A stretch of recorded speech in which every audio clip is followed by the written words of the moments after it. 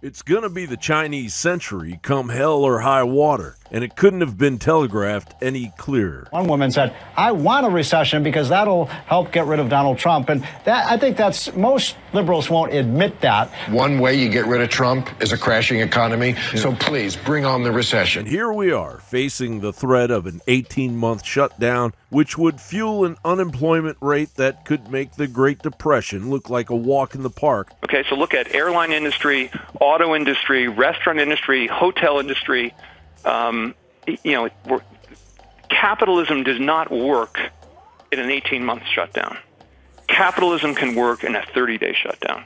And to stop the buyback programs, to husband resources, to draw down their credit lines, because hell is coming. Regardless of our convoluted global situation, the Chinese just turned their economic engine back on, while the world chokes on a silent wave of their communist propaganda filtered through American think tanks and eventually the Mockingbird media. Did this virus originate in China?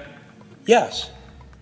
But, Mr. President, that does not excuse your weeks and weeks of tweeting lies and misinformation about the virus, while the leaders of other nations were taking steps to make sure their populations could be safe. Do you consider the term Chinese food racist because it's food that originates in China or it has Chinese? No, I don't think it's racist. I don't think it's racist at all.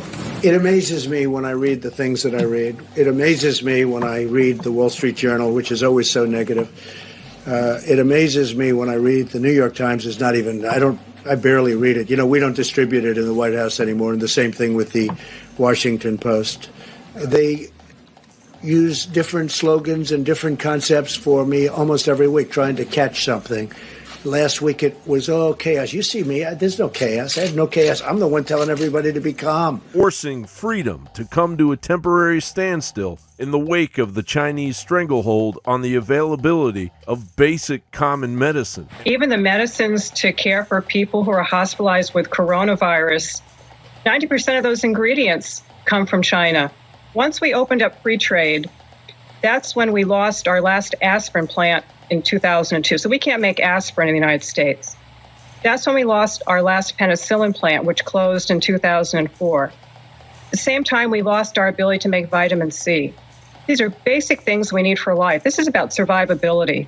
So we have to bring that manufacturing back home to this country. And while the silent majority is away, the DC rats will play. Now those that would never waste a crisis are beginning to rear their ugly heads. As OpenSecrets.org reported, as the coronavirus outbreak began to spread across the U.S. in mid-February, Senate Intelligence Committee Chairman Richard Burr unloaded his holdings in dozens of stocks that would lose much of their market value over the coming weeks. Around the time that Burr sold his shares of major corporations, including several hard-hit hotel companies, he publicly expressed confidence about the U.S. government's ability to fight the virus. However, in late February, Burr privately warned that the virus is much more aggressive in its transmission than anything that we have seen in recent history. And as Breitbart reported, Senator Lindsey Graham is using the coronavirus recovery bills to dramatically expand the award of EB-5 green cards to wealthy Chinese if they lend money to U.S. real estate investors and other companies. A proposal which could be included in one of the Senate's coronavirus rescue bills would significantly boost the number of visas offered annually from 10,000 to 75,000, while cutting in half the investment required to earn legal residence from $900,000 to $450,000, they say. Half the recipients of the EB-5 visa program, investors and their families, come from China, according to a report by the Brookings Institution think tank. And while America is distracted, Adam Schiff is performing CPR on 3 crooked FISA provisions that lapsed as the Washington Times reports attempts to rein in the government's ability to spy on Americans fell flat after Representative Adam B. Schiff intervened to protect the types of powers that the FBI used to go after the Trump campaign in 2016. The longer this goes on, the more the veil will be lifted on the disgusting face of corruption and a coordinated globalist siege of a once thriving United States.